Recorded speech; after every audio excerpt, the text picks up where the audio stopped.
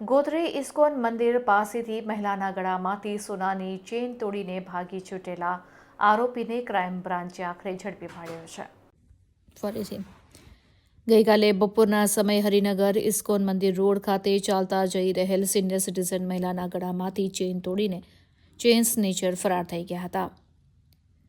મળતી માહિતી મુજબ 3 જેટલા અજાણ્યા ઈસમો એક્ટિવા ઉપર બેસીને આવ્યા હતા અને સિનિયર સિટીઝન મહિલાના ગળામાં પહેરેલ સોનાની ચેન તોડીને ભાગી છૂટ્યા હતા. આ સોનાની ચેન આશરે 1.5 તોલાની હોવાનું જાણવા મળ્યું છે, જેની કિંમત ₹70,000 આંકવામાં આવી રહી છે. ત્યારે આ બાબતની ગોધરી પોલીસ સ્ટેશનમાં મહિલા દ્વારા ફરિયાદ નોંધાવવામાં આવી હતી, જે ફરિયાદના આધારે પોલીસે અચોડાતોડ આરોપીને ઝડપી પાડવા માટેના ચક્રો ગતિમાન કર્યા હતા. ચેન સ્નેચિંગનો બનેલ આ ગંભીર પ્રકારના ગુનાને લઈને ગુનામાં સંડોવાયેલા 3 અજાણ્યા આરોપીઓને ક્રાઇમ બ્રાન્ચે શોધી કાઢ્યા હતા અને તેઓની ધરપકડ કરવામાં આવી હતી.